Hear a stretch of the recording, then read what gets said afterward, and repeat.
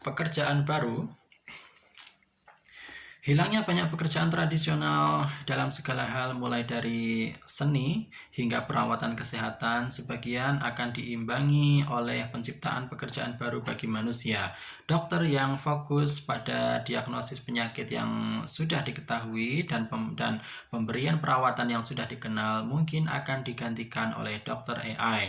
Tetapi justru karena itu akan ada lebih banyak uang untuk membayar dokter manusia dan asisten laboratorium untuk melakukan penelitian inovatif dan mengembangkan obat-obat atau prosedur bedah baru. AI mungkin membantu menciptakan pekerjaan baru bagi manusia dengan cara lain. Alih-alih manusia bersaing dengan AI, mereka bisa fokus pada pelayanan dan peningkatan AI. Sebagai contoh, penggantian pilot manusia oleh drone telah menghilangkan beberapa pekerjaan tetapi menciptakan banyak peluang baru dalam pemeliharaannya. Dalam pemeliharaan, kendali jarak jauh, analisis data, dan keamanan cyber. Angkatan bersenjata Amerika Serikat membutuhkan 30 orang untuk mengoperasikan setiap pesawat tak berawak Predator atau Reaper yang terbang di atas surya. Sementara untuk menganalisis hasil panen informasi dibutuhkan setidaknya 80 orang lebih. Pada tahun 2015, Angkatan Udara Amerika Serikat kekurangan manusia terlatih yang cukup untuk menganalisis semua posisi ini. Dan karena itu menghadapi krisis ironis dalam mengawaki pesawat tanpa awaknya. Jika demikian, pasar kerja tahun 2050 mungkin dicirikan oleh kerjasama manusia AI, alih-alih persaingan. Di berbagai bidang, mulai dari kepolisian hingga perbankan, tim manusia plus AI dapat mengungguli manusia dan komputer. Setelah program catur IBM, Deep Blue mengalahkan Garry Kasparov pada tahun 1997, manusia tidak berhenti bermain catur. Sebaliknya, berkah pelatih AI, master catur manusia menjadi lebih baik dari sebelumnya. Dan setidaknya untuk sementara, tim manusia AI yang dikenal dengan Centaurs mengungguli manusia dan komputer dalam permainan catur. AI bisa juga membantu mendidik detektif, bankir, dan tentara terbaik dalam sejarah. Masalah dengan semua pekerjaan baru tersebut adalah bahwa mereka mungkin akan menuntut tingkat keahlian yang tinggi, dan karena itu tidak akan memecahkan masalah buruh kasar yang menganggur. Penciptaan pekerjaan manusia baru mungkin terbukti lebih mudah daripada melatih kembali manusia untuk benar-benar mengisi pekerjaan ini. Selama gelombang otomatisasi sebelumnya, orang biasanya dapat beralih dari satu pekerjaan rutin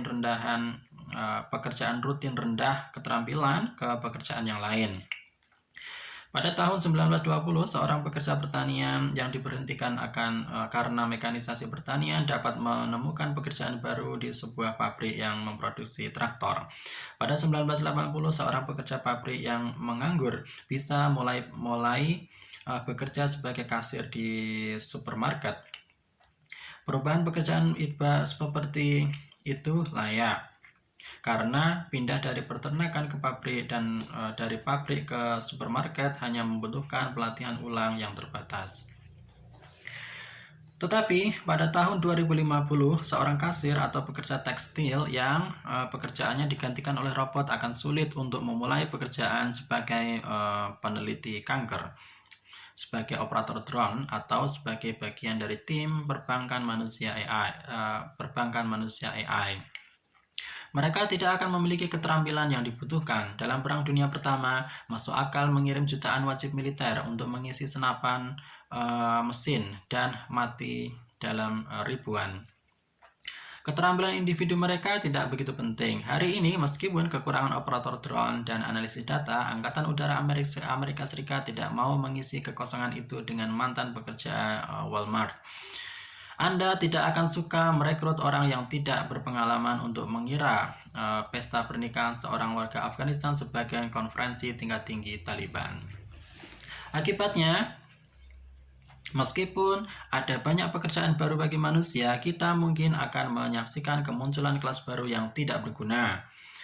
Kita mungkin benar-benar mendapatkan yang terburuk dari kedua sisi, menderita akibat pengangguran yang tinggi dan secara bersamaan kekurangan tenaga kerja terampil.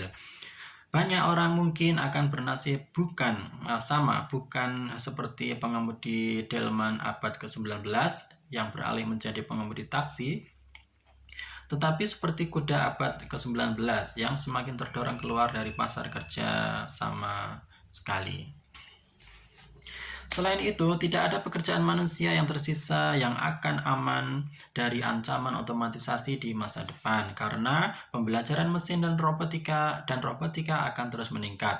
Seorang kasir Walmart yang menganggur 40 tahun yang berkat upaya manusia super berhasil mengubah dirinya sendiri sebagai pilot pesawat tak berawak. Mungkin harus menemukan kembali dirinya lagi 10 tahun kemudian. Karena saat itu, cara terbang drone mungkin juga telah diotomatisasi. Ketidakstabilan ini juga akan mempersulit pengorganisasian terkait pekerja atau jaminan hak-hak pekerja. Saat ini banyak pekerja baru di negara maju yang melibatkan pekerja temporer yang tidak dilindungi, pekerja lepas dan pekerja sekali waktu. Bagaimana Anda mempersatukan profesi yang secara simultan menjamur dan menghilang dalam satu dekade? Demikian pula tim Centaur, manusia komputer cenderung dicirikan oleh sentakan konstan perang antara manusia dan komputer dan bukannya menetap ke kemitraan seumur hidup. Tim yang terbuat secara eksklusif dari manusia seperti Sherlock Holmes dan Dr. Watson biasanya menggambarkan hierarki dan rutinitas permanen yang berlangsung selama beberapa dekade terakhir. Tetapi seorang detektif manusia yang bekerjasama dengan sistem komputer IBM Watson yang menjadi terkenal setelah memenangkan acara kuis TV Amerika Serikat Jeopardy pada tahun 2011 akan menemukan bahwa setiap rutinitas adalah undangan untuk disrupsi dan setiap hierarki adalah undangan untuk revolusi. Pendamping yang kemarin mungkin berubah menjadi inspektur esok dan semua protokol dan panduan harus ditulis ulang setiap tahun. Melihat lebih dekat pada dunia catur mungkin menunjukkan kemana hal-hal sedang menuju dalam jangka panjang. Memang benar bahwa selama beberapa tahun setelah Deep Blue mengalahkan Kasparov, kerjasama manusia komputer berkembang dalam catur. Namun dalam beberapa tahun terakhir, komputer telah menjadi begitu baik dan dalam bermain catur sehingga kolaborator manusia mereka hilangkan nilainya dan mungkin segera menjadi benar-benar tidak relevan. Pada 7 Desember 2017, tonggak penting tercapai, bukan ketika komputer mengalahkan manusia dalam bermain catur, itu berita lama. Tetapi ketika program Google AlphaZero mengalahkan program Starfish 8. Starfish 8 adalah juara catur komputer dunia untuk tahun 2016. Ia memiliki akses ke akumulasi pengalaman manusia dalam catur selama berabad-abad, ditambah puluhan tahun pengalaman komputer. Ia mampu menghitung 70 juta posisi catur per detik. Sementara itu, AlphaZero hanya melakukan 80.000 perhitungan per detik. Dan manusia, penciptanya tidak pernah mengajarkan strategi catur apapun kepadanya, bahkan bukaan standar sekalipun. Sebaliknya, AlphaZero menggunakan prinsip pembelajaran sistem terbaru untuk belajar catur dengan cara bermain melawan dirinya sendiri. Namun demikian, dari 100 pertandingan AlphaZero pemula yang bermain melawan Stockfish, AlphaZero menang 28 kali dan seri 70 2 kali. Ia tidak pernah kalah bahkan sekalipun. Karena AlphaZero tidak belajar apapun dari manusia manapun, banyak gerakan dan strategi kemenangan tampak tidak lazim di mata manusia. Mereka mungkin dianggap kreatif jika tidak benar-benar jenius. Bisakah Anda menebak berapa lama waktu yang dibutuhkan AlphaZero untuk belajar catur dari awal, bersiap untuk pertandingan melawan Stockfish, dan mengembangkan naluri jeniusnya? 4 jam. Itu bukan salah ketik. Selama berabad-abad catur dianggap sebagai salah satu puncak kemuliaan kecerdasan manusia, tetapi AlphaZero berubah dari tidak tahu sepenuhnya menjadi master yang kreatif hanya dalam 4 jam, tanpa bantuan pemandu manusia. AlphaZero bukan satu-satunya perangkat lunak imajinatif yang ada di luar sana. Banyak program sekarang secara rutin mengungguli pemain catur manusia tidak hanya dalam perhitungan kasar, tetapi bahkan dalam kreativitas. Dalam turnamen catur antar manusia, juri biasanya mencari pemain yang mencoba menipu dengan diam-diam mendapatkan bantuan dari komputer. Salah satu cara untuk menangkap penipuan adalah dengan memantau level keterampilan orisinalitas pemain. Jika mereka memainkan gerakan yang sangat kreatif, para juri seringkali akan menduga bahwa ini tidak mungkin menjadi gerakan manusia. Itu pasti langkah komputer. Setidaknya dalam catur, kreativitas sudah menjadi merek dagang bagi komputer ketimbang menjadi keunikan manusia. Oleh karena itu, jika catur adalah kenari tambang batu bara kita, maka kita sepatutnya mempertimbangkan bahwa kenari itu sedang sekarat. Apa yang terjadi hari ini untuk tim catur manusia AI mungkin terjadi di jalan menuju tim manusia AI di kepolisian, obat-obatan, dan juga perbankan. Akibatnya, menciptakan pekerjaan baru dan melatih kembali orang untuk mengisinya tidak akan menjadi usaha sekali jadi. Revolusi AI tidak akan menjadi peristiwa tunggal yang menentukan pasar kerja sekedar untuk menjadi equilibrium baru. Sebaliknya, itu akan menjadi kaskade gangguan yang semakin besar. Saat ini, hanya sedikit karyawan yang berharap dapat bekerja dalam pekerjaan yang sama untuk seluruh hidup mereka. Pada tahun 2050, bukan hanya gagasan tentang pekerjaan seumur hidup, tetapi bahkan gagasan profesi seumur hidup mungkin tampak kuno. Bahkan, jika kita dapat terus-menerus menciptakan pekerjaan baru dan melatih kembali angkatan kerja, kita mungkin bertanya-tanya, apakah manusia rata-rata akan memiliki stamina emosional yang diperlukan untuk kehidupan dengan gejolak yang tidak ada habisnya. Perubahan selalu menimbulkan stres, dan dunia yang sibuk di awal abad ke-21 telah menghasilkan epidemi stres global.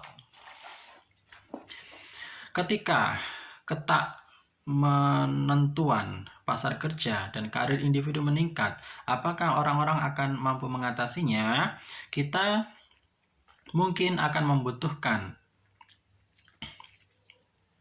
teknik-teknik pengurangan stres yang jauh lebih efektif, mulai dari obat-obatan melalui umpan balik saraf hingga meditasi, untuk mencegah pikiran sapiens dari keretakan.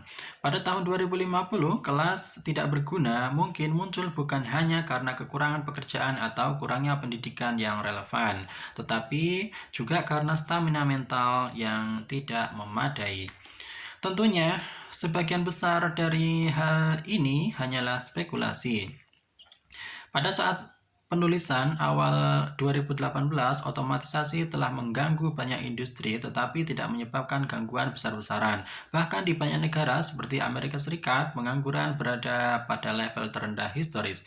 Tidak ada yang bisa tahu pasti apa jenis dampak dari pembelajaran mesin dan otomatisasi yang akan terjadi pada profesi yang berada di masa depan, dan sangat sulit untuk memperkirakan jadwal perkembangan yang relevan, terutama karena mereka bergantung pada faktor keputusan politik dan tradisi budaya sebanyak pada faktor murni terobosan teknologi.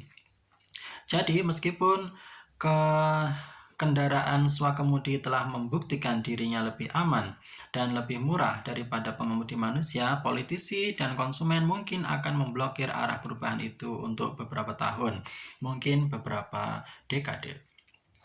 Namun kita tidak bisa membiarkan diri kita berpuas diri. Ini berbahaya jika sekedar mengasumsikan bahwa pekerjaan baru yang memadai akan muncul untuk mengkompensasi setiap kerugian. Kenyataan bahwa hal ini pernah terjadi selama gelombang otomatisasi sebelumnya sama sekali bukan jaminan bahwa hal yang sama akan terjadi di bawah kondisi yang berbeda dari abad ke-21. Potensi disrupsi sosial dan politik sangat mengkhawatirkan bahwa meskipun probabilitas pengangguran massal sistemik rendah, kita tetap harus menganggapnya sangat serius. Pada abad ke-19, revolusi industri menciptakan kondisi dan masalah baru yang tidak dapat diatasi oleh model sosial, ekonomi, dan politik yang ada kala itu. Feodalisme, monarkisme, dan agama tradisional tidak diadaptasi untuk mengelola kota-kota industri. Jutaan pekerjaan yang terancam atau sifat ekonomi modern yang terus berubah. Konsekuensinya, manusia harus mengembangkan model-model yang benar-benar baru, demokrasi liberal, kediktatoran komunis, dan rezim fasis yang membutuhkan lebih dari satu abad perang dan revolusi yang mengerikan untuk bereksperimen dengan model-model ini, memisahkan gandum dari sekam dan menerapkan solusi terbaik. Buruh anak kecil di tambang batubara Dickensian, Perang Dunia Pertama, dan kelaparan besar Ukraina pada tahun 1932 hingga 1933 hanya merupakan bagian kecil dari biaya sekolah yang dibayar oleh manusia. Tantangan yang diajukan kepada manusia di abad 21 oleh infotek dan biotek bisa dibilang jauh lebih besar daripada tantangan yang diajukan oleh di era sebelumnya oleh mesin uap, kereta api, dan listrik. Dan mengingat kekuatan destruktif yang sangat besar dari peradaban kita, maka kita tidak bisa membeli lebih banyak model yang gagal, perang dunia, dan revolusi berdarah. Kali ini, model-model yang gagal itu mungkin menghasilkan perang nuklir, makhluk ganjil rekayasa genetika, dan kerusakan total biosfer. Oleh karena itu, kita harus melakukan sesuatu yang lebih baik daripada yang kita lakukan dalam menghadapi revolusi industri.